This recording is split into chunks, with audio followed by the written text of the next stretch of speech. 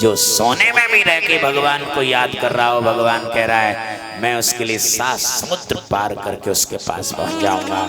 अगर वो इतनी संपत्ति और सुख में भी मुझे याद कर रहा है, उसके यहाँ जरूर मैं पहुंचता हूं। भगवान पहुंचे।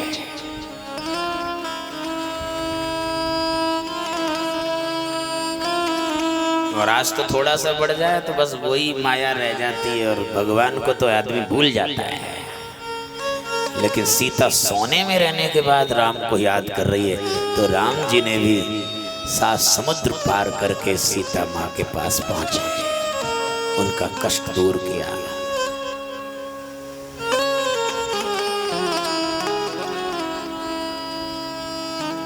मति सीता जैसी हो।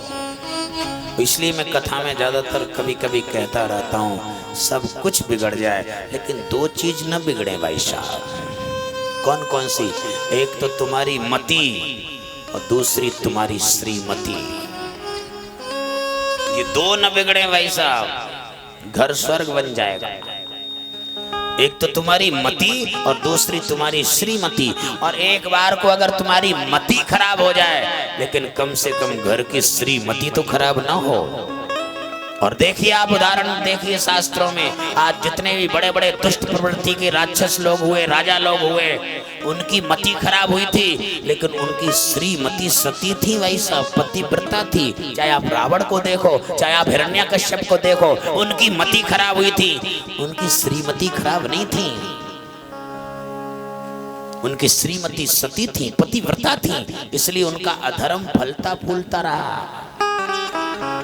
धर्मात्मा थी उनकी पत्नियां श्रीमती।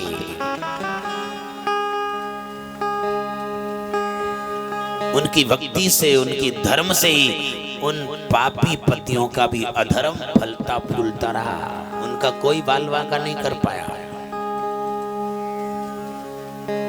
क्यों इतने दिन तक उनका धर्म फलता फूलता रहा? क्योंकि पत्नियां श्रीमती जो थी वो सती थी, पतिव्रता थी। एक बार को आदमी की बुद्धि खराब हो जाए, लेकिन घर की श्रीमती अगर खराब हो गई तो उस घर का कोई आधार नहीं है भाई साहब। आदमी की बुद्धि मति खराब हो, लेकिन घर की श्रीमती खराब ना हो। इसलिए भगवान कृष्ण सबसे ज्यादा अपने जीवन काल में नारी जाति के साथ रहे। लोगों ने उंगलियां भी उठाई कि वो कैसा है, हर समय छोरियों के साथ रहता है और नाचता गाता ये करता है। इसकी परवाह नहीं की भगवान ने, पर जानते थे कि राष्ट्र का अगर आधार है, देश का अगर आधार है, तो ये नारियां हैं। नारियों का चरित्र खराब हो गया तो ये देश का नाम नहीं रहेगा भाई साहब। आज देश का नाम जिसका भारत माता है, जिस देश को ब्रह्मावर्त कहते थे, इस देश को आर्यावर्त कहते थे, क्योंकि इस देश में ब्रह्म ने अवतार लिया, इस देश में बड़े बड़े श्रेष्ठ लोगों का अवतार हुआ। इसका आधार केवल नारियां हैं, क्योंकि हमारे देश की नारियों का चरित्र सही था, तो उन्होंने अपनी कोख से महापुरुषों को जन्म दिया था। इस देश में ब्रह्म ने जन्म लिया, भगवान का अवतार इस देश में हुआ, बड़े बड़े ऋषि मुनियों का इस देश में अवतार हुआ। क्यों? क्योंकि हमारे देश की नारियों का चरित्र सही था। और आज नारियों का चरित्र खराब हो जाए तो फिर देश के लिए कोई महापुरुष मिल सकता है, देश के लिए कोई संत मिल सकता है, देश में फिर कोई ब्रह्म अवतार लेके आ सकता है? इसलिए भगवान ने इसकी परवाह नहीं की। कोई लोग कितने भी उंगली उठाई, लेकिन भगवान सबसे ज्यादा जीवन काल में नारी जाति के साथ रहे। ये पुरुष भले ही बिगड़ जाए, पर नारियां नहीं बिगड़ पाए, क्योंकि देश इन नारियों के ऊपर टिका हुआ है।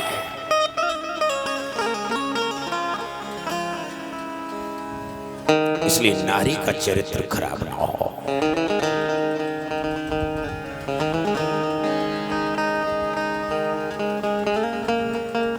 नारी का चरित्र पवित्र होना चाहिए। नारी का पहनाव हमारे संस्कृति के अनुसार होना चाहिए। आजकल तो देखो बच्चे फटी जीन्स पहन करके आ रहे हैं, और जबकि हमारे वास्तुशास्त्र में आया है कि फटा कपड़ा पहनने से शनि प्रवेश कर जाता है। फटा कपड़ा अगर थोड़ा भी छेद हो गया हो तो तुरंत उस कपड़े को रिटायर कर दो, नहीं तो शनि प्रवेश हो जाएगा। और शनि प्रवेश करता है तो सबसे पहले बुद्धि खराब करता है। और आज बच्चे फटी जींस पहन के डोल रहे हैं। क्या स्थिति हो गई हमारे देश की?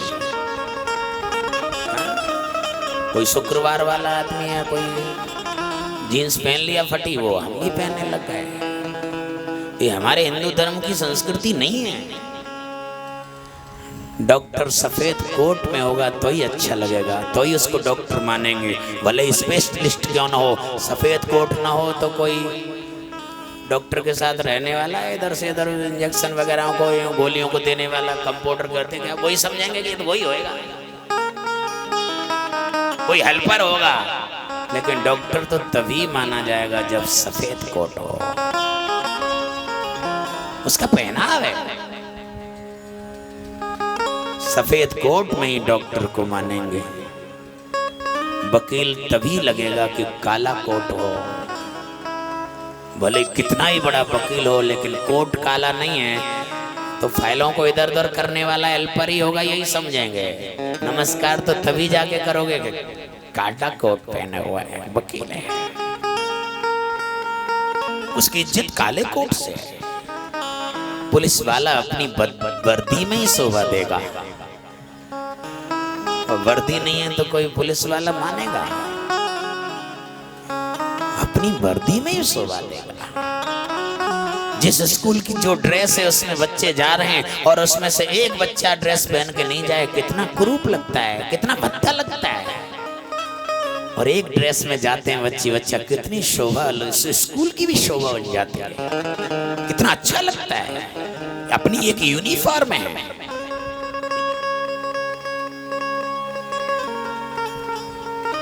हमारी भारतीय संस्कृति का क्या पहनाव था, आज वो रहा। लड़के फटी जींस पहने कोई बात नहीं, लेकिन लड़कियां फटी जींस पहनने लग गई भाई। क्या होगा, क्या होगा देश का?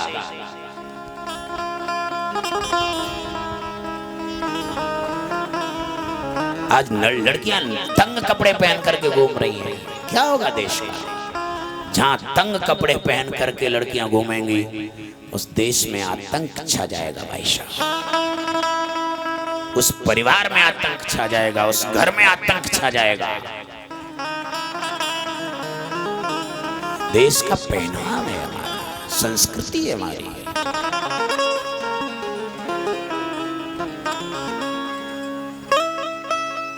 सारे जहां से अच्छा हिंदुस्तान हमारा, हमारे देश से अच्छा कोई देश नहीं मिल सकता भाई। आज किसी अन्य पंथ वालों को अगर पूछा जाए तो क्या कहते हैं, आतंकवादी पैदा करना हमारे धर्म में आता है, लेकिन हिंदू आतंकवादी नहीं हो सकता है, क्योंकि हिंदू वो है चींटियों को आटा डाला जाता है, पक्षियों को दाना डाला जाता है, वो आतंकवादी कैसे हो सकता है? चींटियों की भी रक्षा कर रहा हो, पक्षियों की भी रक्षा कर रहा हो, वो आतंकवादी नहीं हो सकता। इसलिए हिंदू का नाम हिंदू क्यों पड़ा? हिंदू का मतलब क्या है? हिंदू, हिंसा होने पर जिसको दुख हो उसका नाम हिंदू, हिंसा होने पर दुख हो उसका नाम हिंदू है। जहां पेड़ों की पूजा होती हो, जहां पत्थर की पूजा होती हो, वो आतंकवादी कैसे हो सकता है? हिंदू हिंसक नहीं हो सकता, इसका नाम ही हिंदू है।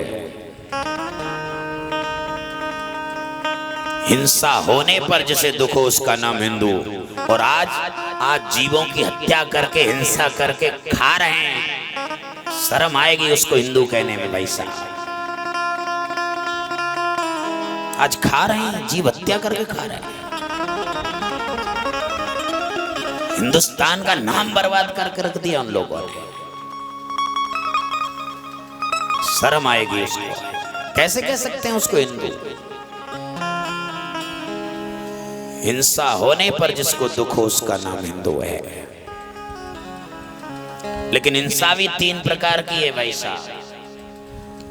खाली शरीर से जीव की हत्या कर देना इसी को हिंसा नहीं कहते। हिंसा भी 3 प्रकार की है। एक कायक हिंसा, एक वाचक हिंसा और एक मानसिक हिंसा। कायक हिंसा तो हिंदू नहीं करता, कोई जीव हत्या नहीं करता, जीव जंतुओं को नहीं मारता। मारता है वो हिंदू नहीं हो सकता। इस हिंसा को तो नहीं कर रहे हैं, लेकिन 2 हिंसाएं तो हम कर रहे हैं, एक मानसिक और एक वाचक। मानसिक हिंसा क्या है? मन से दूसरे का बुरा चाहना, ये भी हिंसा है। और हिंसा कर रहा है वो हिंदू नहीं हो सकता। लेकिन आज हम एक दूसरे के लिए ईर्ष्या है, द्वेष है, वैमनस्यता है। मन से किसी का बुरा चाहना भी हिंसा है। बोलो, कर रहे हो कि नहीं हिंसा? माला भी फेर रहे हैं तो कब पड़ोसी को एक्सीडेंट ना है रो भगवान। लोग बहुत से न कि तो जय की माला चल रही है, या पड़ोसी को एक्सीडेंट ही है जाए। मैं ज्यादातर कहा करता हूँ, अमेरिका में लाइट चली जाए तो बिजली घर के दफ्तर पे फोन करके पूछा जाता है, और लंदन में लाइट चली जाए तो फ्यूज चेक करेंगे, और भारत में लाइट चली जाए तो सबसे पहले पड़ोसी के घर में जाकर किसकी गई कि नहीं गई, मेरी गई है, बजाए दो।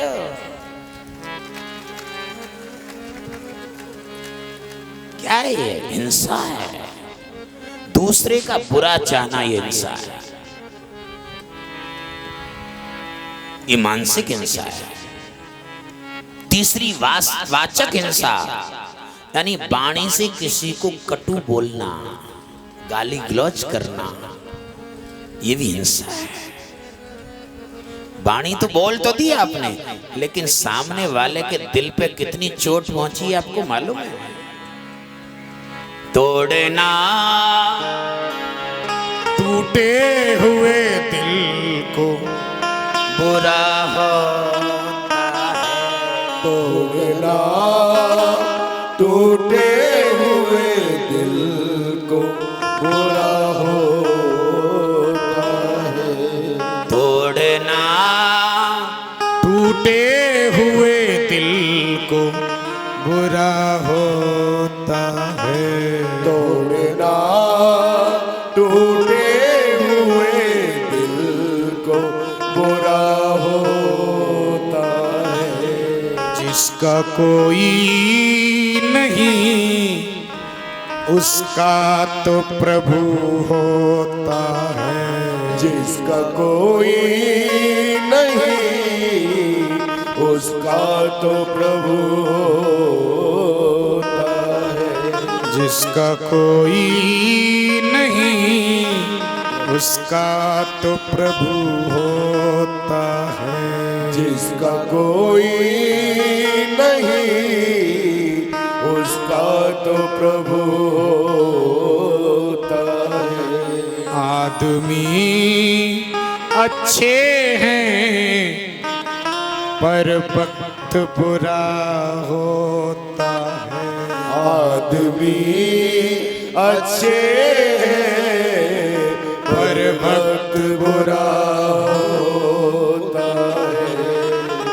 कभी कभी आदमी को अहंकार हो जाता है कि मेरे पीछे सैकड़ों आदमी चल रहे हैं। इस बात का कभी गुमान मत करना। सैकड़ों आदमी तुम्हारे पीछे नहीं चल रहे हैं, सैकड़ों आदमी तुम्हारे समय के साथ चल रहे हैं। अगर समय तुम्हारा सही है तो तुम्हारे पीछे सैकड़ों आदमी हैं, और समय अगर खराब आ जाए तो अपना खास भाई भी तुम्हारे साथ नहीं चलने वाला। आदमी अच्छे हैं पर वक्त बुरा होता है। आदमी अच्छे हैं पर वक्त बुरा होता है। तोड़ना टूटे हुए दिल को बुरा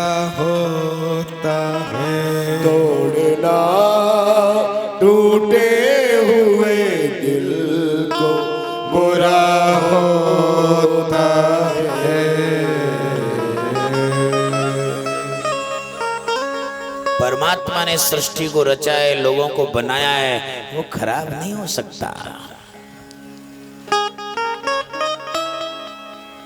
क्या खराब आ गया है? वक्त खराब आ गया है। सुख दुख भी है, वो मन का खेल है, बाकी कहीं कोई सुख दुख नहीं है।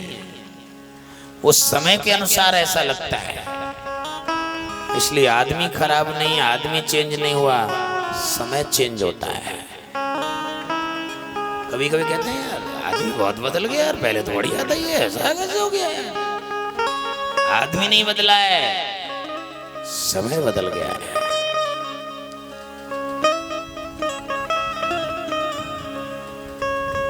अभी इस टाइम पे मई जून का महीना हो, भयंकर गर्मी हो और कोई आपके यहाँ मेहमान आ जाए, अतिथि कक्ष में ले जाएं, सोफा पे बिठा दें, एसी चला दें या कूलर हो कूलर चला दें, और वो आया है आदमी पसीने से परेशान है, इतना गर्मी में चल के आया है, और उसके लिए आप एसी चला दो और कूलर चला दो, सोफा बिठा के, क्या कहेगा? आहा, आपने तो मेरे प्राण बचा दिए भाई, आनंद आ गया।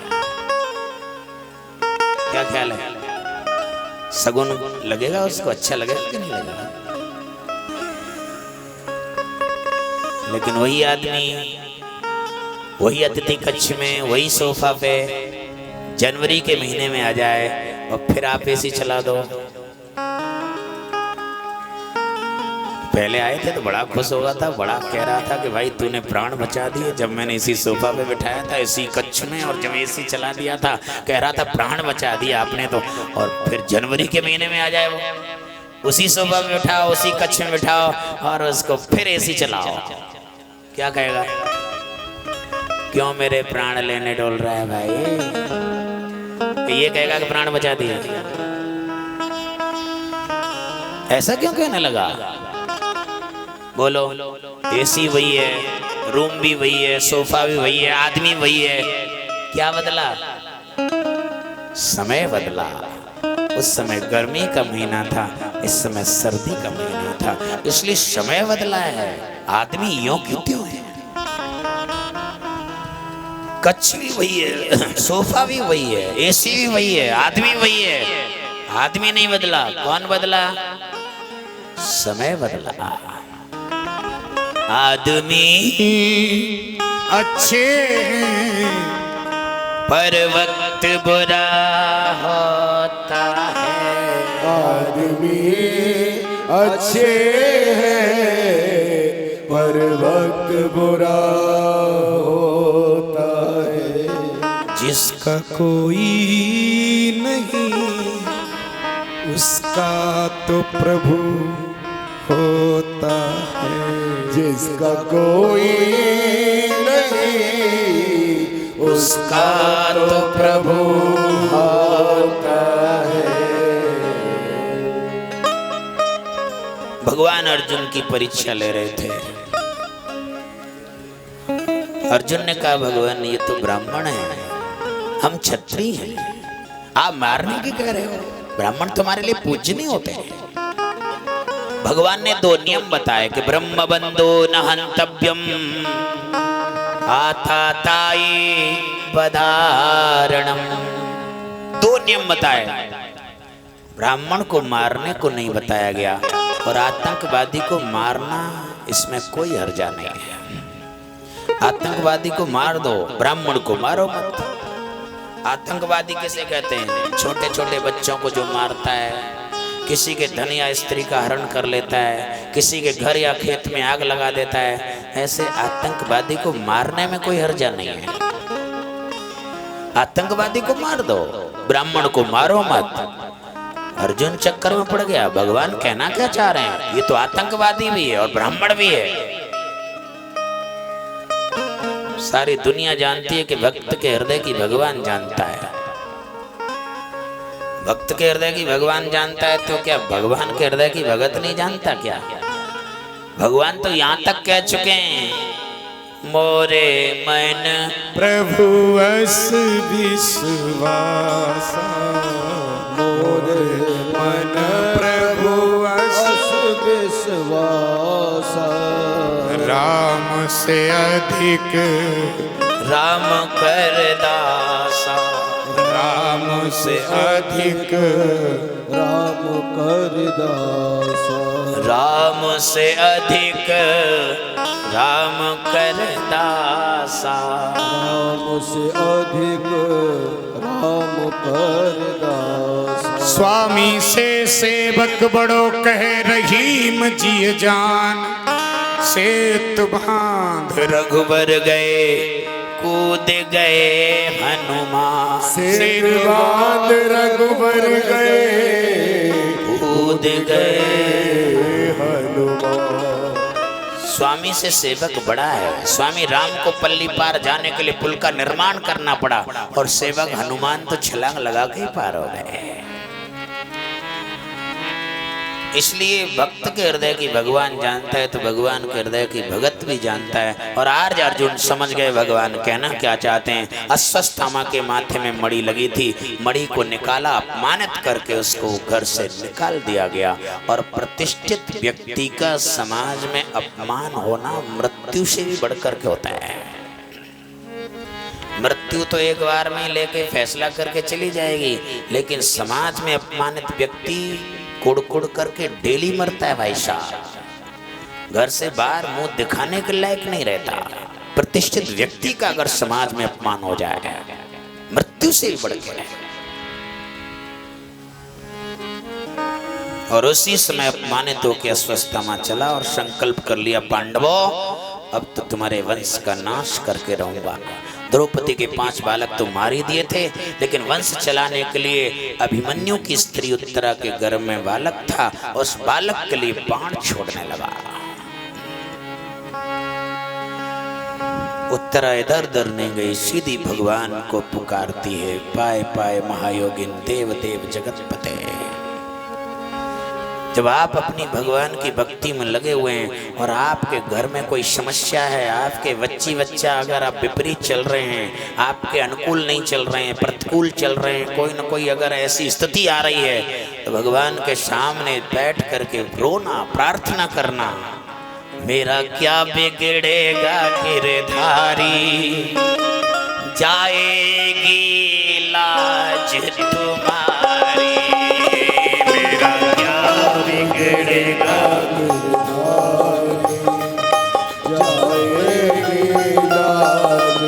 हम भगवान की भक्ति में, उनकी शरण में, उनके पास हैं और पीछे से घर में कोई नुकसान हो रहा है या बच्चा विपरीत मार्ग पे जा रहे हैं तो कहीं ठिकाना नहीं है, उसी से रो। हम तो तेरी शरण में तेरी भक्ति कर रहे हैं, लेकिन मेरा कुछ नहीं बिगड़ेगा। मेरा क्या बिगड़ेगा गिरधारी, जाएगी लाज तुम्हारी, मेरा क्या बिगड़ेगा गिरधारी, जाएगी लाज तुम्हारी, मेरा क्या बिगड़ेगा गिरधारी, जाएगी लाज तुम्हारी, मेरा क्या बिगड़ेगा गिरधारी, जाएगी लाज तुम्हारी।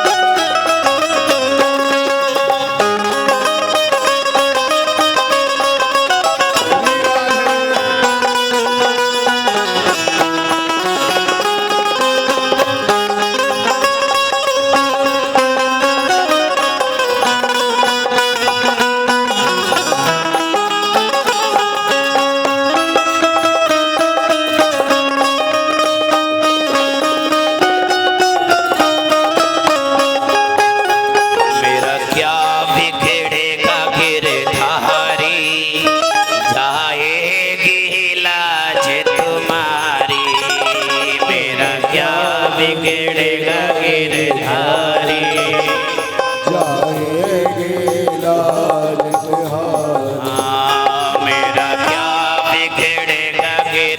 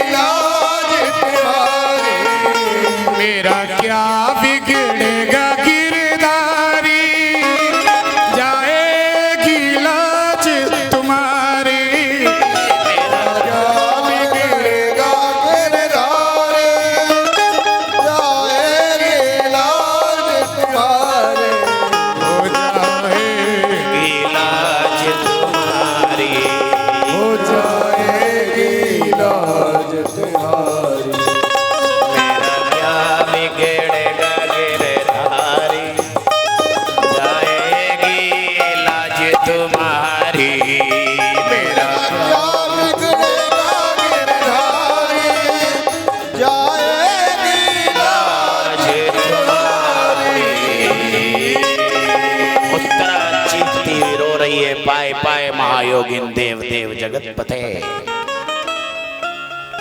उत्तरा की पुकार भगवान ने सुनी तो अंगुष्ठ मात्रम रूपम दधारा, अंगूठे के बराबर रूप धारण किया, उत्तरा के गर्भ में प्रवेश हो गए भगवान। और आज उत्तरा के गर्भ के बालक की रक्षा की।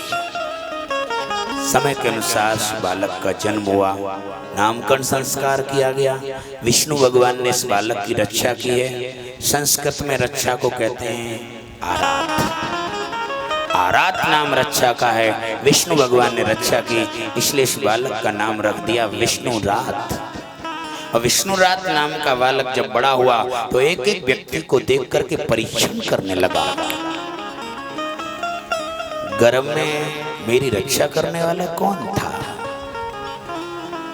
एक एक व्यक्ति को देख करके परीक्षण करने लगा और परीक्षण करने से उसका नाम बदल गया, विष्णु राज से बदल के, और उसका नाम परीक्षित पड़ गया। बोले परीक्षित राज महाराज की। परीक्षित नाम हम तुम सबका है। भगवान की कथा में जाके जो भी बैठ रहा है वही परीक्षित है। काहे के लिए आए हो? उसी भगवान के बारे में जानने के लिए कि गर्भ में हम 9 महीने हमारी रक्षा कौन करता है। गर्भ से पैदा करते ही हमारे खाने पीने की व्यवस्था माँ के आंचल में दूध की कौन कर रहा है?